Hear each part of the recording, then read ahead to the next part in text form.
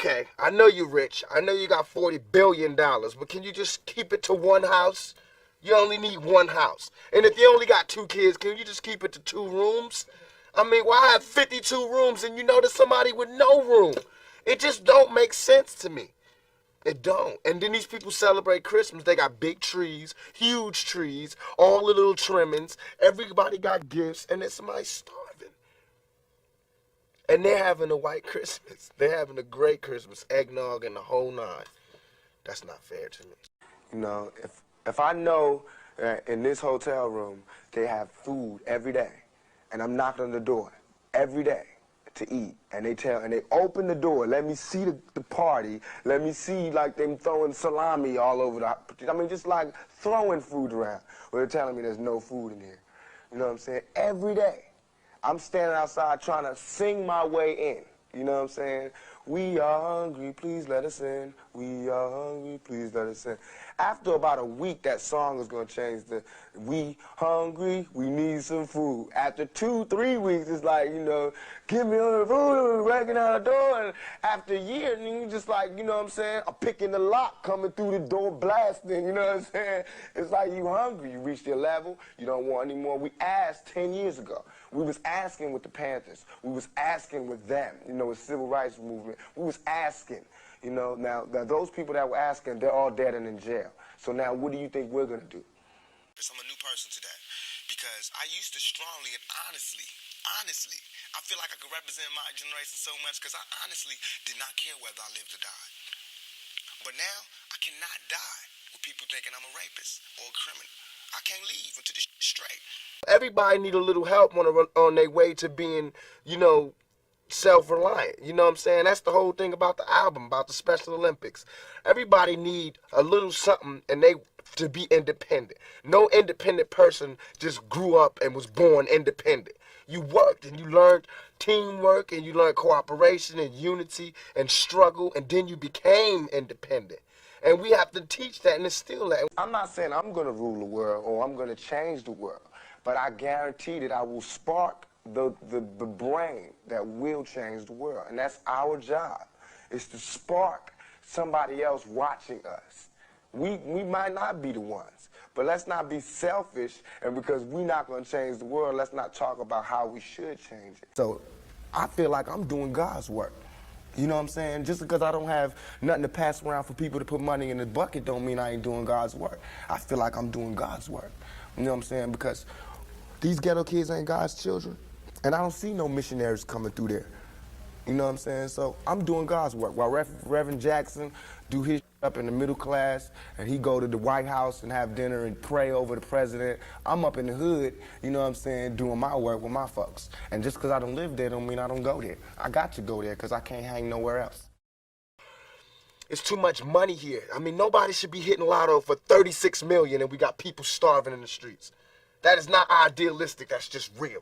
That is just stupid. There's no way Michael Jackson should have, or whoever Jackson, should have $1,000,000 billion and then there's people starving. There's no way.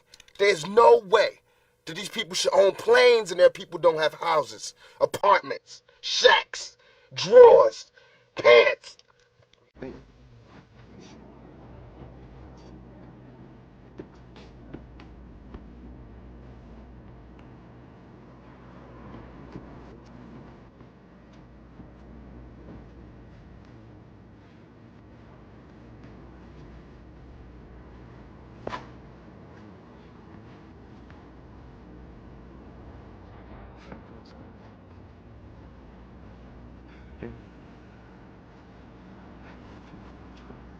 The reason I sell 6 million records, the reason I can go to jail and come out without a scratch, the reason I can walk around, the reason I am who I am today is because I can look directly into my face and find my soul. It's there. It's not sold. I didn't sell it. It's still within me. I still feel it. My heart is still connected to my body. If I can't live free, if I can't live with the same respect as the next man, I don't want to be here. Because God has cursed me to see what life should be like. If God wanted me to be this person and be happy here, he wouldn't let me feel so oppressed. He wouldn't let me feel so trampled on. You know what I'm saying? He wouldn't let me think the things I think. I mean, can you imagine somebody having $32 million. 32 million dollars, and this person has nothing, and you can sleep, you can still go to the movies about, and then these are the type of people that get humanitarian awards. Millionaires. How can they be humanitarians? By the fact that they millionaires and there's so many poor people shows how unhumane they are. You know what I'm saying? And that bugs me. Tupac Amaru Shakur entered this world wrapped in contradiction, born into a life that was anything but simple. And he didn't just survive it, he turned it into art. From the jump, his life was marked by chaos, resilience, and brilliance all tangled together. His childhood wasn't some picture-perfect coming-of-age tale. It was gritty, unstable, and laced with hard truths. But it was in that storm that Tupac found his voice, one that would echo through music, activism, and a relentless demand to be heard. He was born on June 16, 1971 in East Harlem to Afeni Shakur, a revolutionary in every sense of the word, and Billy Garland, who may have helped create Tupac but didn't stick around to raise him. Afeni did that on her own, moving constantly, chasing stability, and carrying the weight of survival on her back. Tupac's name wasn't just poetic, it was political. Named after Tupac Amaru II, the last Incan emperor who died defying Spanish rule, it foreshadowed a life spent fighting his own battles against systemic injustice. Afeni wasn't your average mom. She was a firebrand, a former Black Panther who stood trial for conspiracy charges and walked out acquitted. She gave Tupac more than life. She gave him purpose. She taught him pride, resistance, and the power of words. Her stories weren't bedtime tales. They were lessons in revolution, and Tupac listened. He didn't just inherit her fire. He carried it forward, one verse at a time. Tupac's early years were a whirlwind of poverty, politics, and painful realities, far from easy but never lacking depth. When he and Afeni moved to Baltimore in the late 80s, his world cracked wide open. It wasn't exactly a fresh start, more like a new chapter in the same struggle, with his mother juggling political activism and trying to keep the lights on, while also battling addiction. Tupac's childhood was anything but traditional. It was raw, unstable, and emotionally complex. But it also schooled him early in the language of resistance. He grew up not just hearing about injustice, but living in it.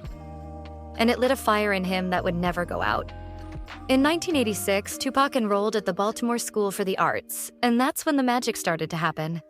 For the first time, he had a space to nurture his creativity outside the shadow of survival.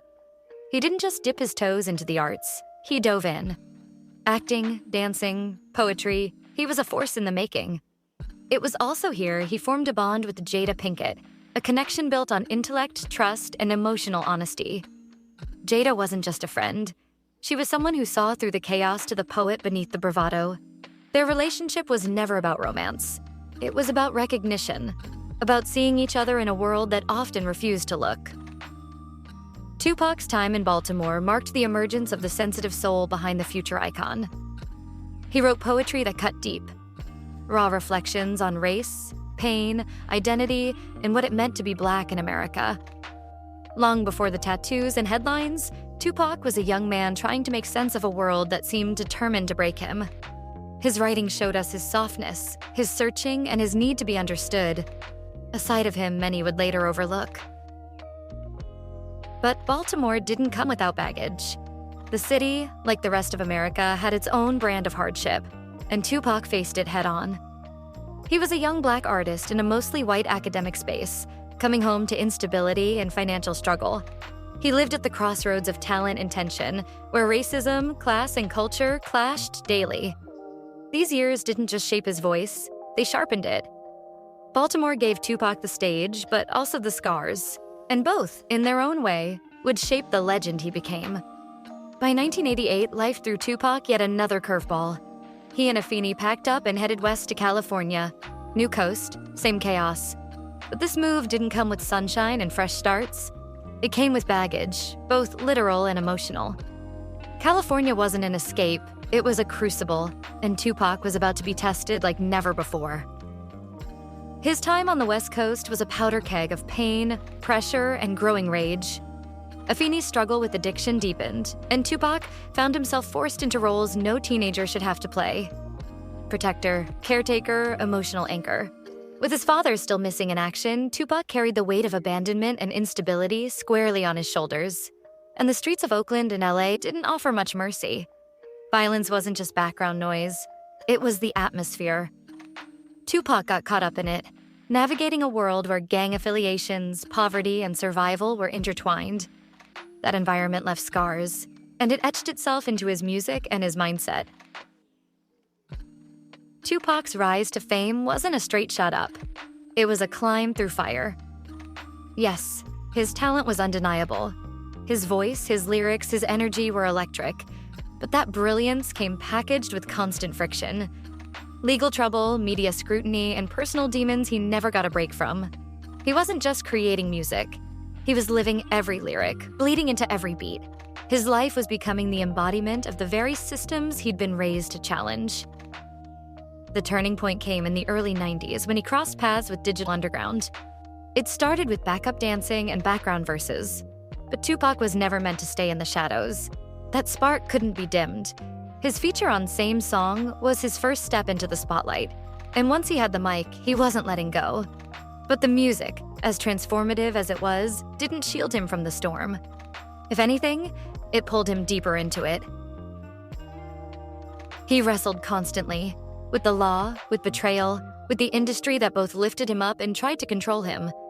His relationships were often fractured, his emotions always raw, and his rage painfully real. Tupac wasn't trying to be perfect.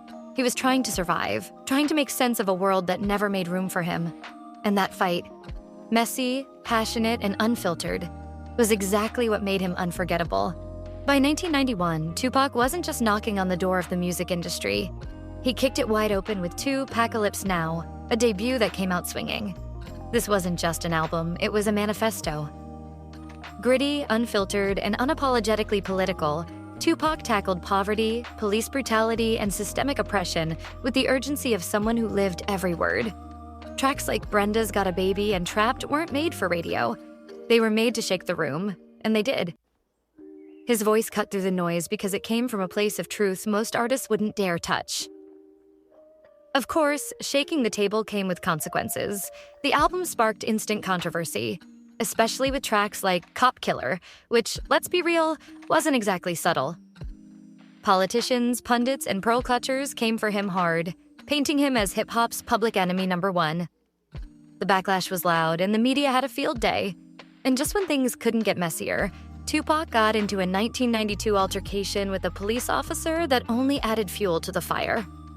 That moment set the stage for a lifelong battle between Pac and the law, one that would haunt every step of his career. Fame, of course, didn't come with a manual, and Tupac wasn't trying to play the game the industry expected. His star was rising, but so were the legal problems and the chaos swirling around him. The bad boy label started to stick, and not entirely by accident. His behavior could be reckless, but it was also a reflection of the pain he carried. The same trauma that fueled his artistry was now bleeding into his real life, and the world was watching with both fascination and judgment.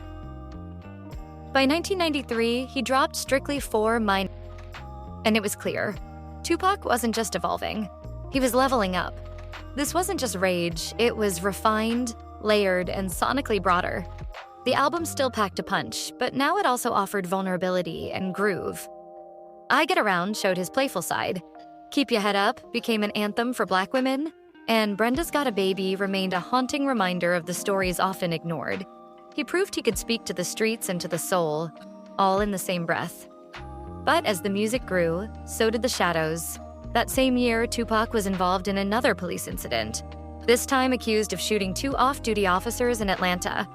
Though the charges were dropped, it was another bullet point in a rap sheet that was beginning to rival his discography. At just 22, Tupac was already a lightning rod, a poet with a pistol in one hand and a mic in the other. He was as magnetic as he was unpredictable, caught between the roles of revolutionary, rebel, and reluctant role model. And whether you loved him or hated him, one thing was clear: he was impossible to ignore. By 1993, Tupac wasn't just making waves. He was a full-blown force in the West Coast rap scene. Linking up with Death Row Records, led by the infamously imposing Suge Knight, was both a career move and a declaration of war. Death Row was known for its raw, no-holds-barred approach to hip-hop and a reputation riddled with controversy. Tupac, never one to shy away from fire, fit right in. But it wasn't just about music. This was the era when the East Coast versus West Coast rivalry reached a fever pitch, and Pac became one of its most visible, volatile symbols. Then came 1994, a year that would shift everything. While dealing with a storm of legal issues and a media circus, Tupac was shot 5 times in the lobby of Quad Studios in New York City during what appeared to be a robbery. But Tupac didn't see it as random. While healing from his injuries, he became convinced the attack was a setup, one orchestrated by people in the East Coast hip-hop circle, possibly even involving former friend and fellow rapper, the Notorious Big. That suspicion poured gasoline on a feud that had already begun to simmer, sparking a now legendary rivalry that would dominate headlines and define an era. And just as he was grappling with physical recovery and escalating beef, another storm broke, this time of a deeply personal and legal nature. In November of that same year, Tupac met Ayanna Jackson at a New York nightclub. By both accounts, the two had a consensual encounter that evening. However, a few days later, when Jackson visited Tupac at the Nomad Hotel where he was staying, the situation took a tragic turn. Jackson later alleged that during her visit, she was assaulted by Tupac and several members of his entourage. Tupac, for his part, firmly denied the allegations. He claimed the interaction was consensual and that he had fallen asleep during the time of the alleged assault. In his version, he was blindsided, set up by people who used his celebrity status to gain access to Jackson, and then exploited the situation for their own benefit. The fallout was immediate. Tupac was arrested and charged with multiple offenses, including first-degree sexual abuse, unwanted contact, and illegal possession of firearms after police discovered weapons in his hotel room. The headlines were relentless and the scrutiny suffocating. Yet even as the case moved forward, inconsistencies in the prosecution's approach raised eyebrows. Despite Jackson's claim that multiple men were involved, only Tupac was formally charged. The others allegedly present during the incident were never named as co-defendants, let alone indicted. Tupac testified that he had no knowledge of what happened after he fell asleep, and that he neither participated in nor condoned what was alleged to have occurred. But the court rejected much of his testimony. The decision to place the full weight of the charges on his shoulders struck many as not just harsh, but suspicious. Tupac wasn't the only one in the room, but he was the most famous, and that made him the easiest target. To Tupac, the case wasn't just about one night or one accusation. It was about a system that had always tried to break men like him.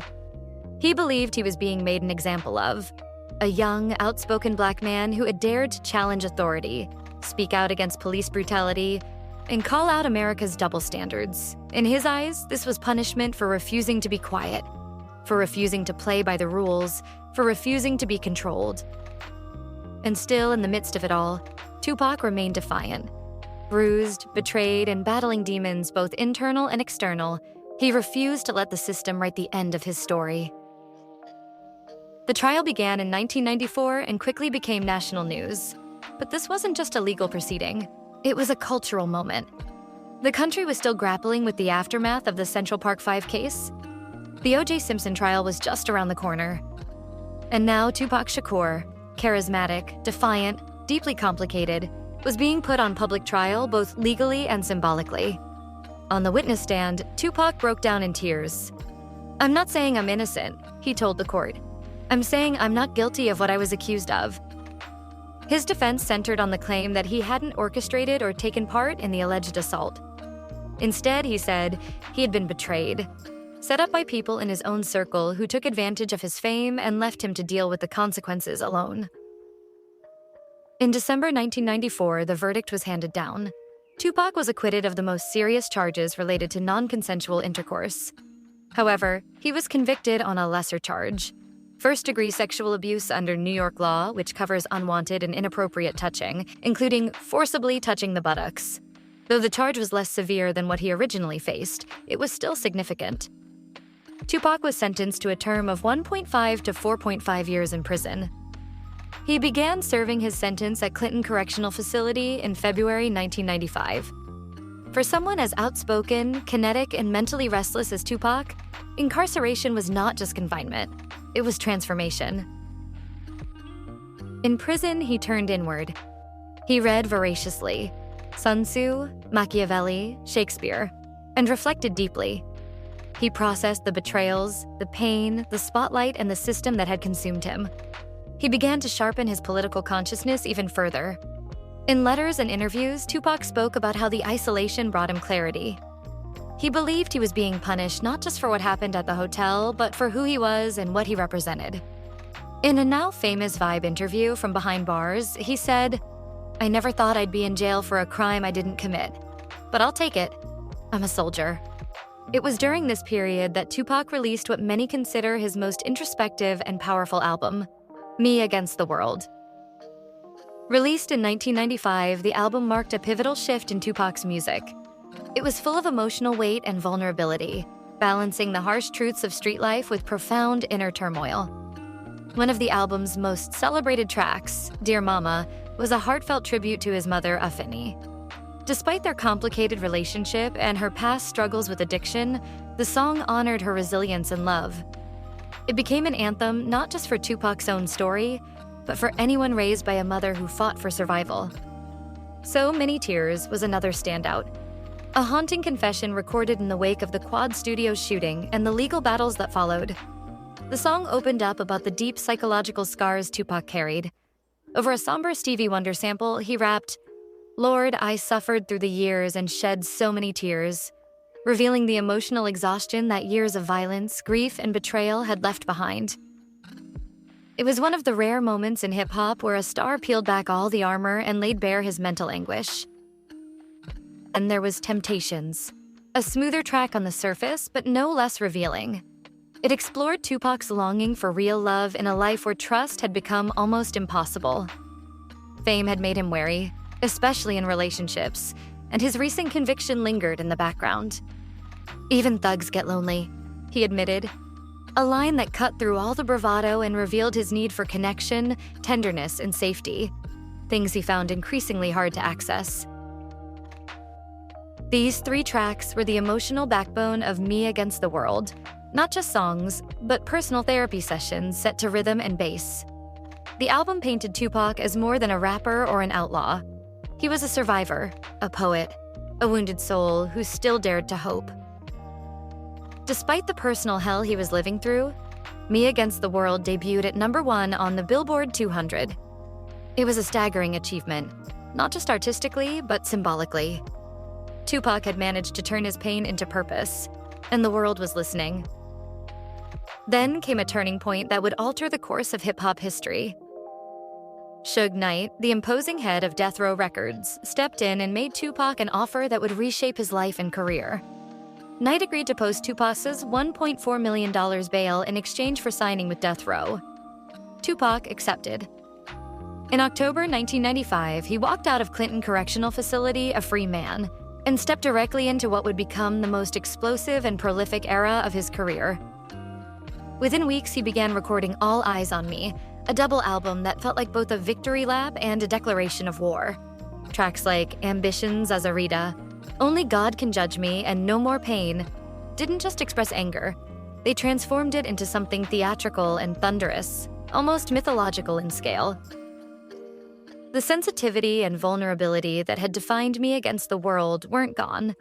They were simply layered beneath hardened armor. On Life Goes On, Tupac mourned fallen friends. On Picture Me Rollin', he fantasized about escape and personal redemption. The poetry remained, but now it came wrapped in defiance. Prison hadn't broken Tupac. It had sharpened him into a weapon. It was during this time that he fully embraced his Machiavelli persona, inspired by Niccolo Machiavelli, the political thinker who wrote about deception, strategy, and the usefulness of illusion. Tupac seemed to adopt the philosophy completely, to the point of even hinting at faking one's death for a higher purpose.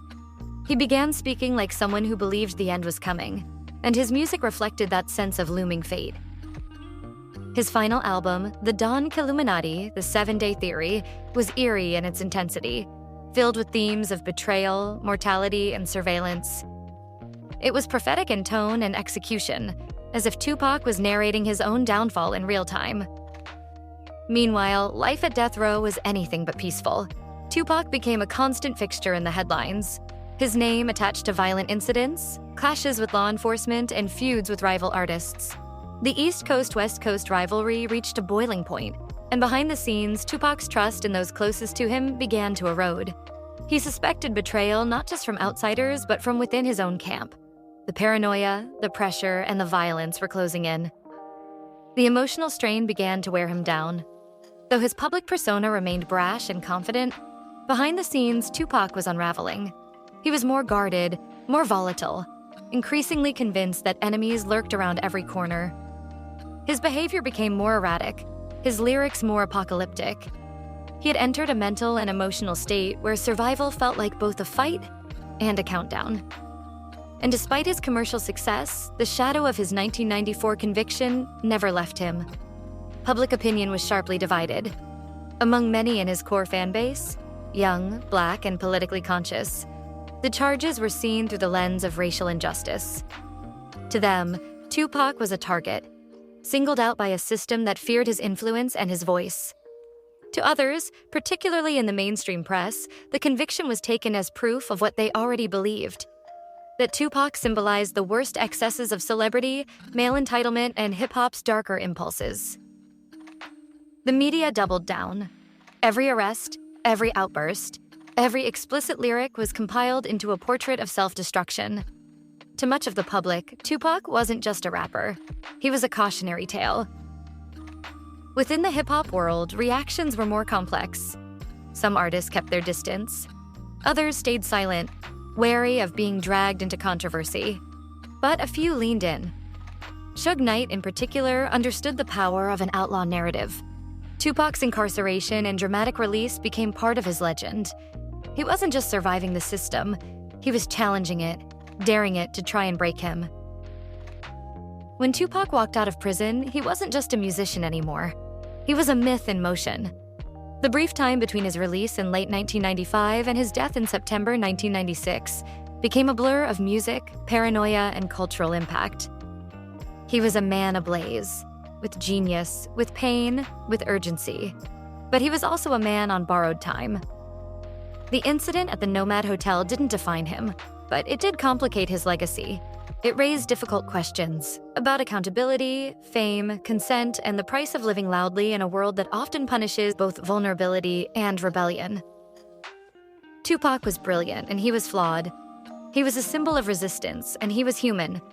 He was shaped by a system that demanded extremes, either martyrdom or villainy, nothing in between. And in a culture that often insists on clear heroes and villains, maybe the most truthful story we can tell is one that embraces the contradictions. Tupac wasn't simple. He was real, and that's what made him unforgettable. Tupac's story wasn't shaped solely by external pressures. It was also deeply influenced by internal battles. At the heart of his brilliance was a profound emotional conflict. He wrestled with disillusionment, not just with society, but with the very people and institutions he tried to uplift or challenge. Feelings of betrayal, abandonment, and distrust loomed large in his life, and these wounds often revealed themselves in his relationships. One of the most enduring emotional weights Tupac carried was his relationship with his biological father. Their estrangement left Tupac with a lingering sense of rejection, which echoed throughout his music. Themes of absent fathers, emotional scars, and the desire for guidance and protection became recurring motifs. His bond with his mother, Tupac Shakur, was deep and complex, rooted in unconditional love but tested by hardship. Afeni, a former Black Panther, struggled with addiction during parts of Tupac's youth, and their shared experiences of poverty and instability left a lasting imprint on both their lives. Tupac's early years were marked by survival, yet what made him exceptional wasn't simply his endurance. It was his ability to transform suffering into something transcendent. Music became his conduit. Through his lyrics, he gave voice to the voiceless and stood as a representative for those burdened by systemic injustice, personal trauma, or both. He poured his pain, frustration, and hope into his art, not just as self-expression, but as a declaration of resistance and healing. Despite the adversity, Tupac displayed remarkable resilience. His past didn't defeat him, it propelled him. His drive to create, speak out, and advocate for change was inseparable from the struggles that had shaped him. He emerged as one of hip-hop's most impassioned and unfiltered voices. And still, Tupac's youth wasn't entirely defined by loss or hardship. It was also a time of artistic discovery and intellectual growth. Even as he contended with poverty and systemic barriers, he studied acting, read voraciously, and nurtured a growing political consciousness. These formative experiences laid the foundation for the layered figure he would become, someone who could blend street realism with poetic insight, activism with raw emotion. Tupac's rise from East Harlem's challenges to global stardom remains one of the most compelling journeys in modern pop culture. His triumphs were hard-fought, and his legacy is proof of the power of perseverance, vulnerability, and artistic courage.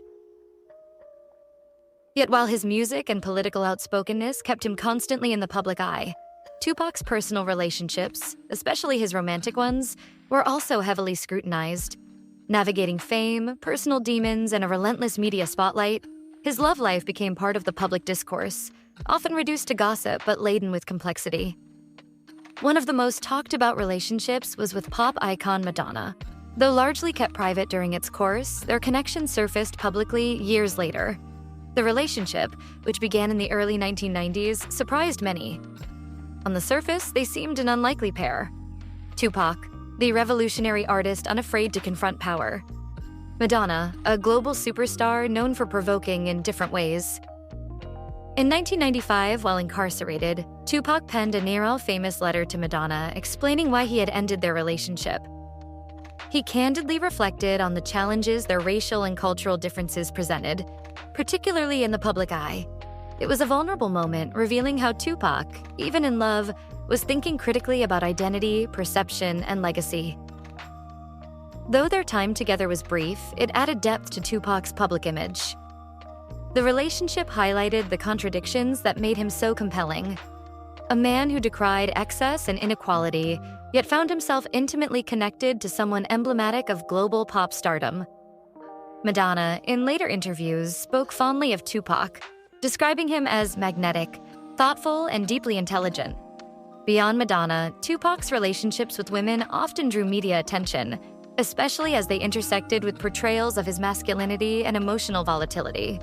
These relationships were at times turbulent, reflecting the chaos surrounding him, but they also revealed a softer side rarely shown in public. His poetry and interviews offered glimpses into his longing for love, trust, and connection, even as fame and trauma made those things harder to find. Tupac's most important and enduring relationship was with his mother, Afeni. He often credited her for instilling in him a sense of pride, purpose, and revolutionary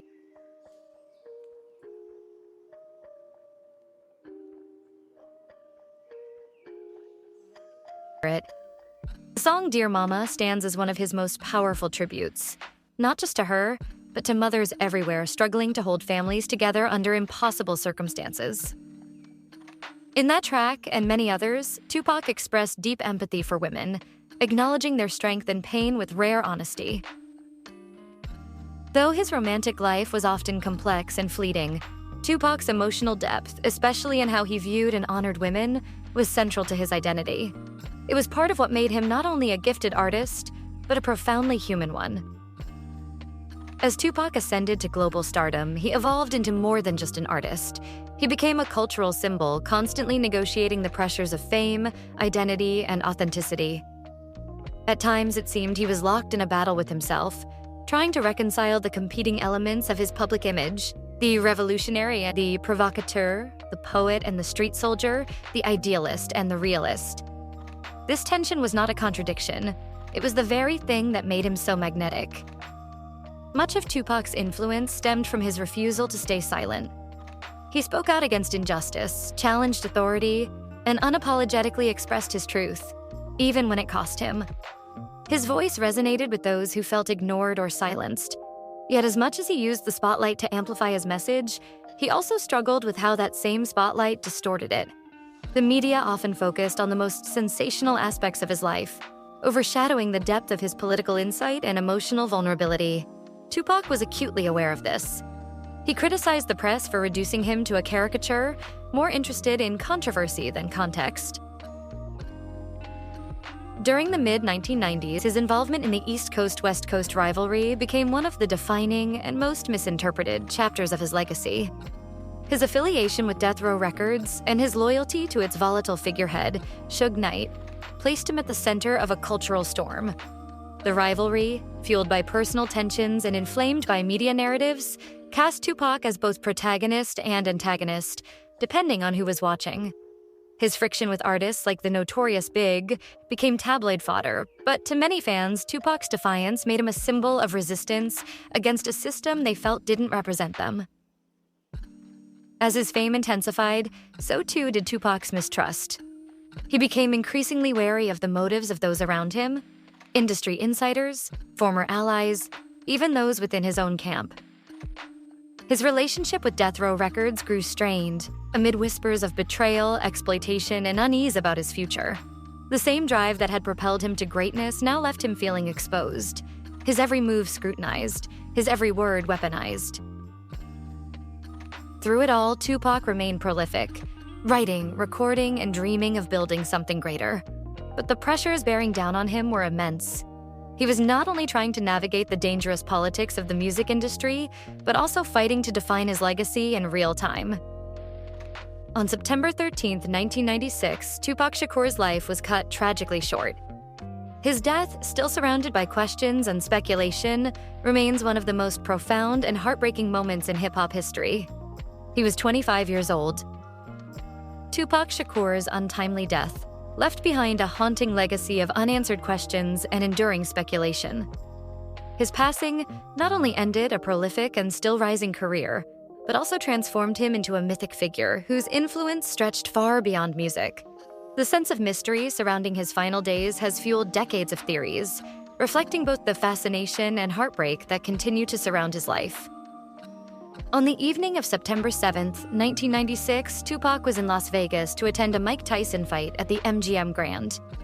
After the match, he and Death Row Records CEO Suge Knight were involved in an altercation with a known affiliate of the Crips gang.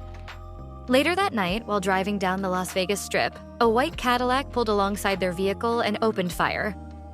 Tupac was shot multiple times, sustaining severe injuries to his chest and abdomen. Suge Knight, who was behind the wheel, suffered only a minor wound. Tupac was rushed to the hospital, where he underwent multiple surgeries in an attempt to save his life. Despite the efforts of medical staff, he died 6 days later on September 13, 1996. He was just 25 years old. His death shocked the world and left an indelible mark on hip-hop culture. The circumstances of Tupac's murder have long been the subject of intense scrutiny.